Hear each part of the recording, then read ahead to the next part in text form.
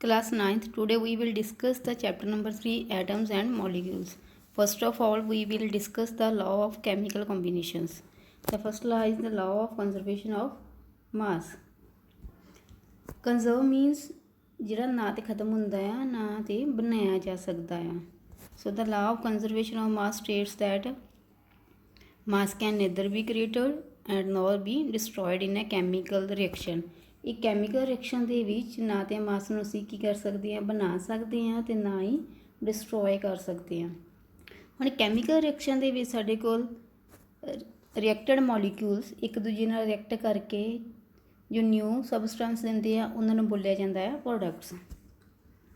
All matter in the universe exist in the three states, and these three states are the physically, solid, liquid and gas. Physically, matter is divided into three states: solid, liquid and gas. And chemically means internally, matter is divided into three types: element, compound and mixture. So according to this law, mass of an isolated system will remain constant over time.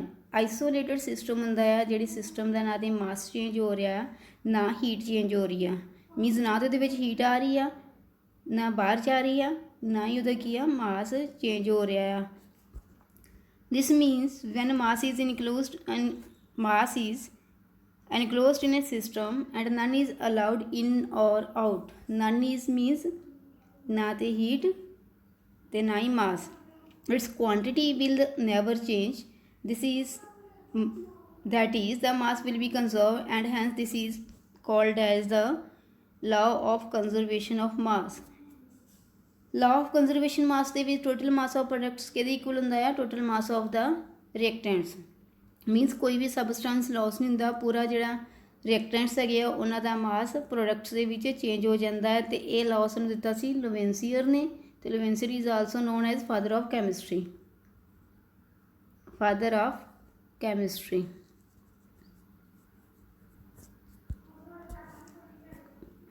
ਹੁਣ reactants ਅਤੇ products ਕਹਿੰਦੇ ਆ. In a chemical reaction the substances that combine or react ਜਿਹੜੇ ਕੀ ਆ substance combine ਕਰਦੇ ਆ ਜਾਂ ਇੱਕ ਦੂਜੇ ਨਾਲ ਰਿਐਕਟ ਕਰਦੇ ਆ ਉਹਨਾਂ ਨੂੰ ਬੋਲਿਆ ਜਾਂਦਾ ਆ ਰਿਐਕਟੈਂਟ. ਸਪੋਜ਼ ਇੱਥੇ ਦੋ ਰਿਐਕਟੈਂਟਸ ਹੈਗੇ ਆ A ਐਂਡ B. ਹੁਣ ਇਹਨਾਂ ਨੇ ਰਿਐਕਟ ਕਰਕੇ ਸਾਨੂੰ ਜੋ ਪ੍ਰੋਡਕਟ ਦਿੱਤਾ ਜੋ ਨਿਊ ਚੀਜ਼ ਫਾਰਮ ਹੋਈ ਆ ਉਹਨਾਂ ਨੂੰ ਬੋਲਿਆ ਜਾਂਦਾ ਪ੍ਰੋਡਕਟਸ. ਰਾਈਟ ਹੈਂਡ ਸਾਈਡ 'ਤੇ ਲਿਖੇ ਜਾਂਦੇ ਆ ਪ੍ਰੋਡਕਟਸ ਅਤੇ ਲੈਫਟ ਹੈਂਡ ਸਾਈਡ 'ਤੇ ਸਾਡੇ ਕੋਲ ਕੀ ਆਉਂਦੇ ਆ ਰਿਐਕਟੈਂਟਸ. ਰਿਐਕਟੈਂਟਸ ਮੀਨਸ ਉਹ ਸਪੀਸੀਸ ਜੋ ਇੱਕ ਦੂਜੇ ਨਾਲ ਰਿਐਕਟ ਕਰਕੇ ਨਵਾਂ ਸਬਸਟੈਂਸ ਦਿੰਦੀਆਂ ਹੈ ਉਹ ਰਿਐਕਟੈਂਟਸ ਹੋ ਗਏ. ਅਤੇ ਜਿਹੜੇ ਨਿਊ ਸਬਸਟੈਂਸ ਬਣਿਆ ਆ ਉਹਨਾਂ ਨੂੰ ਬੋਲਿਆ ਜਾਂਦਾ ਹੈ ਪ੍ਰੋਡਕਟਸ.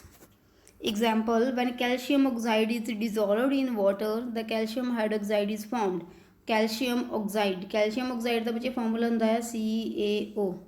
ਡਿਜ਼ੋਲਵ ਇਨ ਵਾਟਰ ਸਾਡੇ ਕੋਲ ਦੋ ਰਿਐਕਟੈਂਟਸ ਆ ਗਏ, ਇੱਕ ਕੈਲਸ਼ੀਅਮ ਆਕਸਾਈਡ ਹੋ ਗਿਆ ਇੱਕ ਵਾਟਰ ਹੋ ਗਿਆ, and it gives the calcium hydroxide CaOH2 calcium hydroxide. ਇਹ ਰਿਐਕਟੈਂਟਸ ਹੋ ਗਏ, ਇਹ ਵਾਲੇ ਪ੍ਰੋਡਕਟਸ ਆ ਗਏ. ਕਲੀਅਰ?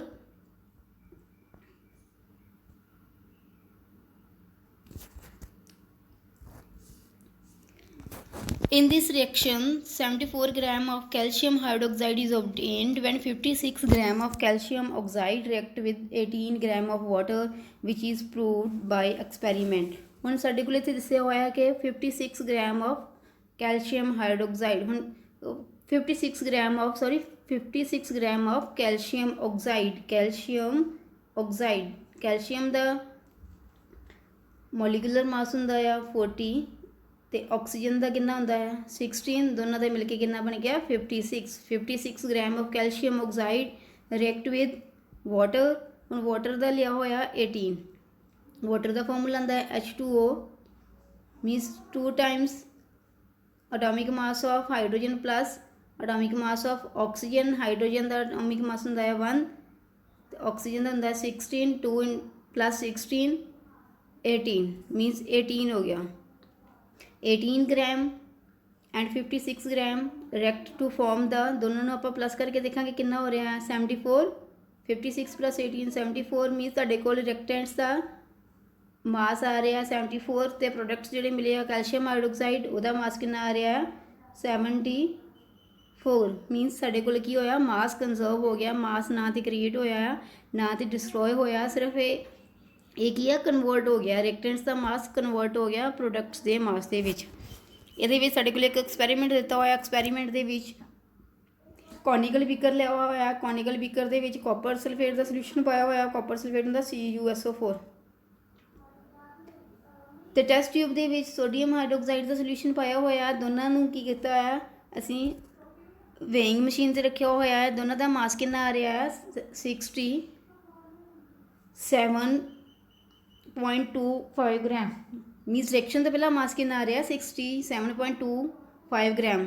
ਹੁਣ ਜਦੋਂ ਦੋਨਾਂ ਨੂੰ ਕੀ ਕੀਤਾ ਰਿਐਕਸ਼ਨ ਹੋਈ ਆ ਤੇ ਰਿਐਕਸ਼ਨ ਦੇ ਨਾਲ ਸਾਡੇ ਕੋਲ ਪ੍ਰੋਡਕਟਸ ਕੀ ਮਿਲ ਰਹੇ ਆ sodium sulphate and the copper hydroxide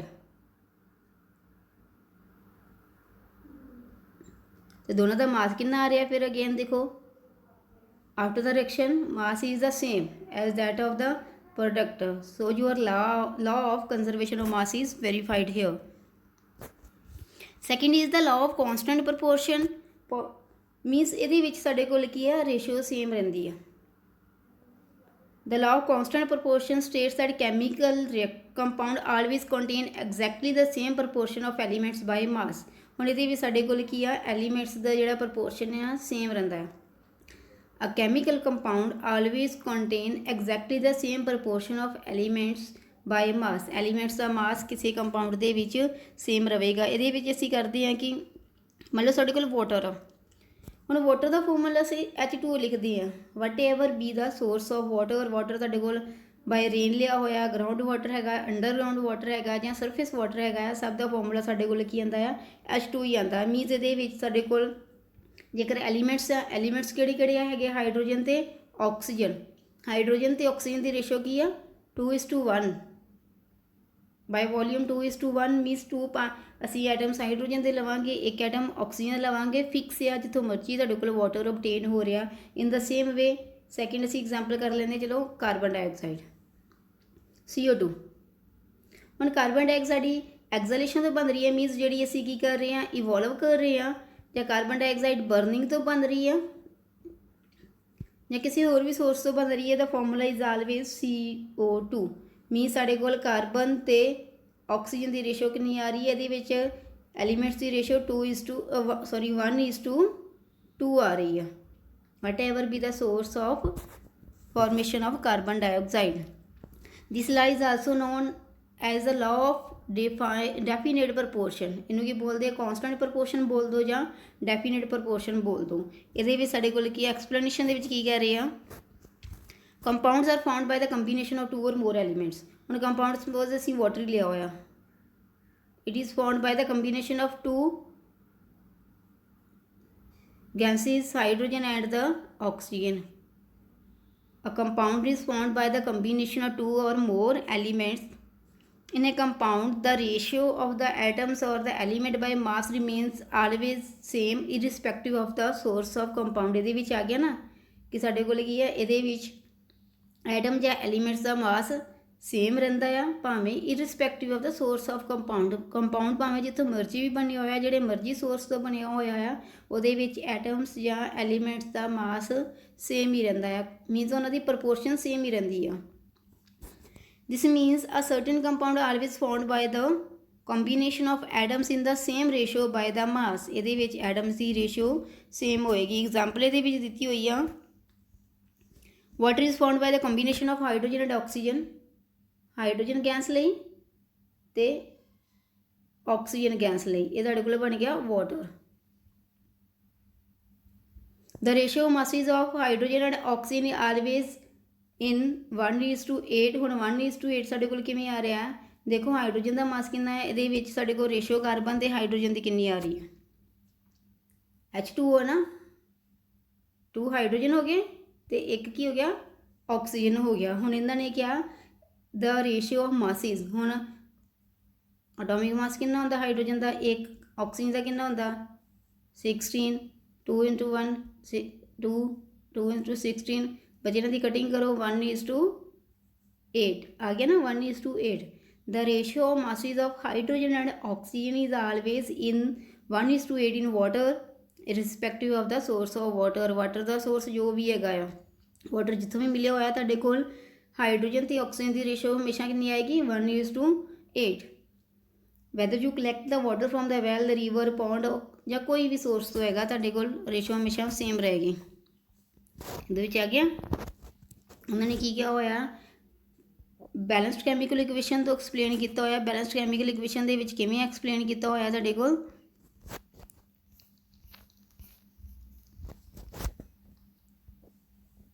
hydrogen gas ਲਈ ਇਹਨੂੰ ਮਿਟ ਕਰ ਦੋ ਪਹਿਲਾਂ, ਹਾਈਡਰੋਜਨ ਗੈਸ ਤੇ ਆਕਸੀਜਨ ਗੈਸ ਇਹ ਤੋਂ ਬਣਿਆ ਸਾਡੇ ਕੋਲ ਕੀ ਆ, वाटर। मॉलीक्यूलर फॉर्म के हाइड्रोजन हो गई, ऑक्सीजन हो गई, बन रहा है वाटर। हम हाइड्रोजन तुहाडे कोल इधर कितने 2, इधर 2, satisfied.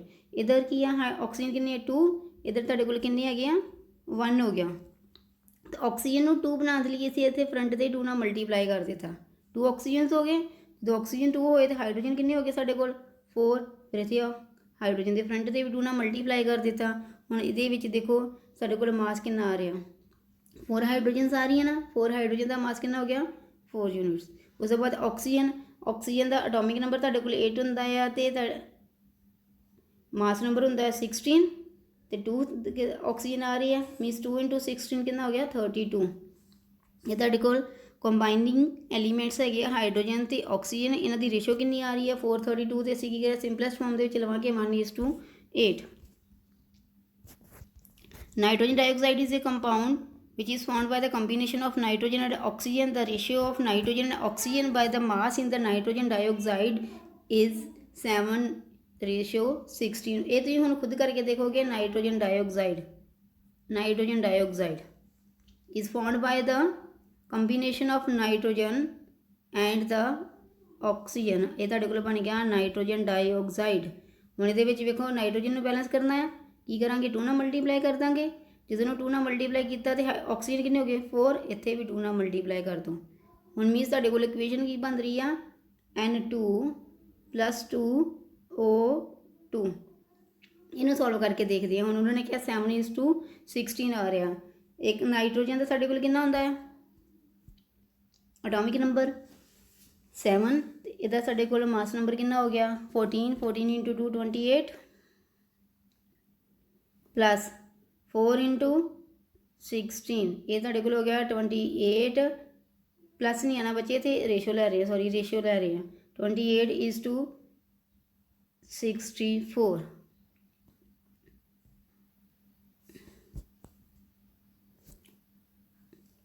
7 4s are 16 4s are, तो सिंपलेस्ट रेशो तुहाडे कोल की होगी 7:16।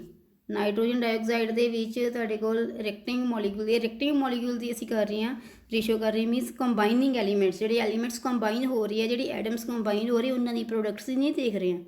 जिहड़ी कंबाइनिंग एलीमेंट्स की गल की मीनस रिएक्टेंट्स की गल हो रही है, तो रिएक्टेंट्स की साडे कोल नाइट्रोजन डाइऑक्साइड के विच नाइट्रोजन तो ऑक्सीजन की कंबाइनिंग रेशो कितनी होगी 7:16। नाइट्रोजन का सोर्स जो मर्जी हो। अगे आ गया तुहाडे कोल nitrous oxide. The compound is also formed by the combination of nitrogen and oxygen. The ratio of nitrogen and oxygen in the nitrous oxide is the 28:16। ये तुम खुद करके देखोगे।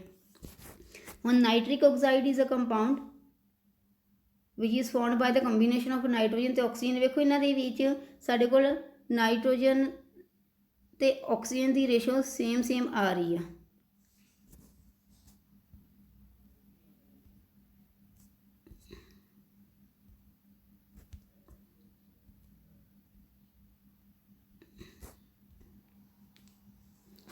बच्चे दे विच साडे कोल पहला कंपाउंड आ रहा है नाइट्रस ऑक्साइड। नाइट्रस ऑक्साइड का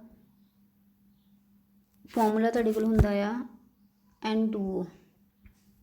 नाइट्रस ऑक्साइड ये बनता की है नाइट्रोजन गैस से ऑक्सीजन गैस तो। ये तुहाडे कोल ऑक्सीजन 2 आ, 2 बैलेंस करने लिए इत्थे 2 तो इत्थे 2 आ गया।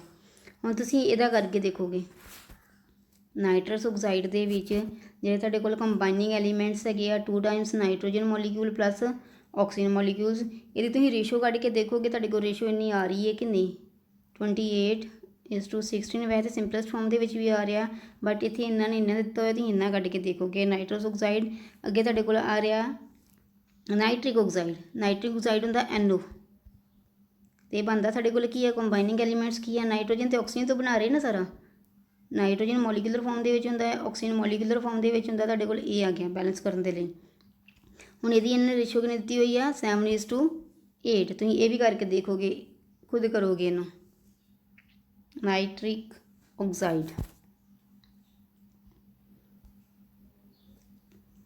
From the above three examples, it is clear that if the ratio of atoms by the mass is altered, then the new compound is formed, such as in the case of nitrogen dioxide, nitrous oxide, nitric oxide. ਇਹਦੇ ਵਿੱਚ ਅਸੀਂ ਕੀ ਹੋਇਆ ਕਿ ਜੇਕਰ ਅਸੀਂ ਕੰਬਾਈਨਿੰਗ elements ਦੀ atoms ਦੀ ratio change ਕਰ ਦਿੰਦੇ ਹਾਂ ਤਾਂ ਉਹਦੇ ਨਾਲ ਸਾਡੇ ਕੋਲ ਕੀ ਹੈ ਨਿਊ ਕੰਪਾਊਂਡ ਬਣੇਗਾ ਉਹਦੇ ਵਿੱਚ ਅਸੀਂ ਕੀ ਹੈ ਨਾਈਟ੍ਰੋਜਨ ਅਤੇ ਆਕਸੀਜਨ ਦੀ ਰੇਸ਼ੋ ਚੇਂਜ ਕਰ ਰਹੇ ਹਾਂ ਨਾ ਪਹਿਲੇ ਵਾਲੇ ਦੇ ਵਿੱਚ ਸਾਡੇ ਕੋਲ ਕੀ ਹੈਗੀ ਆ ਜਿਹੜੀ ਰੇਸ਼ੋ ਆ ਨਾਈਟ੍ਰੋਜਨ ਡਾਈਆਕਸਾਈਡ ਦੇ ਵਿੱਚ 7:16 ਆ ਗਈ ਉਸ ਤੋਂ ਬਾਅਦ ਤੁਹਾਡੇ ਕੋਲ ਕਿੰਨੀ ਬਣ ਗਈ 28:16 ਹੋ ਗਈ 7:8 ਆ ਗਈ ਮੀਨਸ ਕੰਬਾਈਨਿੰਗ ਐਟਮਸ ਦੀ ਰੇਸ਼ੋ ਚੇਂਜ ਹੋ ਰਹੀ ਹੈ ਅਤੇ ਤੁਹਾਡੇ ਕੋਲ ਕੀ ਹੈ ਕੰਪਾਊਂਡ ਵੀ ਚੇਂਜ ਹੋ ਰਿਹਾ ਹੁਣ ਸਾਡੇ ਕੋਲ ਕੀ ਹੋ ਗਿਆ law of conservation of mass Lavoisier ਨੇ ਦਿੱਤਾ ਸੀ ਇਹ ਕਹਿੰਦਾ ਕਿ ਮਾਸ ਕੰਜ਼ਰਵ ਹੁੰਦਾ ਆ ਉਹ ਲਾਅ ਆਫ ਡੈਫੀਨੇਟ ਪ੍ਰਪੋਰਸ਼ਨ ਇਹ ਸਾਡੇ ਕੋਲ ਕੀ ਦਿੱਤਾ ਲੋਇਸ ਫਰੌਸਟ ਨੇ ਦਿੱਤਾ ਸੀਗਾ ਦੋਨਾਂ ਨੂੰ ਫਿਰ ਰੀਕਾਲ ਕਰ ਲੈਂਦੇ ਹਾਂ ਆਪਾਂ ਪਹਿਲੇ ਵਾਲੇ ਦੇ ਵਿੱਚ ਕੀ ਹੈਗਾ mass can neither be created nor be destroyed in a chemical reaction means ਸਾਡੇ ਕੋਲ ਕੀ ਹੈਗਾ ਵਾ ਕਿਸੇ ਵੀ ਕਲੋਜ਼ ਸਿਸਟਮ ਦੇ ਵਿੱਚ ਟੋਟਲ ਮਾਸ ਆਫ ਰਿਐਕਟੈਂਟਸ ਕਿਹਦੇ ਇਕੁਅਲ ਹੋਊਗਾ total mass of the products ਨਾ ਤੇ ਮਾਸ ਖਤਮ ਕੀਤਾ ਜਾ ਸਕਦਾ ਆ ਨਾ ਹੀ ਬਣਾਇਆ ਜਾ ਸਕਦਾ ਹੈ ਹੁਣ ਸੈਕਿੰਡ ਸਾਡੇ ਕੋਲ ਕੀ ਆਉਂਦਾ ਹੈ law of definite proportion a chemical compound always consists of the same element combined together in the same ratio ਜਿਹੜਾ ਸਾਡੇ ਕੋਲ ਕੀ ਹੈ ਕੰਪਾਊਂਡ ਬਣ ਰਿਹਾ ਉਹਦਾ ਸੋਰਸ ਜੋ ਵੀ ਹੋਵੇ ਬਟ ਉਹਦੇ ਵੀ ਜਿਹੜੀ ਕੰਬਾਈਨਿੰਗ ਐਲੀਮੈਂਟਸ ਹੈਗੀ ਆ ਉਹਨਾਂ ਦੀ ਰੇਸ਼ੋ ਸੇਮ ਹੀ ਰਹਿੰਦੀ ਆ irrespective of the method of the preparation or the source from where it is taken ਕਿੱਥੋਂ ਬਣਾਇਆ ਗਿਆ ਕਿੱਥੋਂ ਲਿਆ ਗਿਆ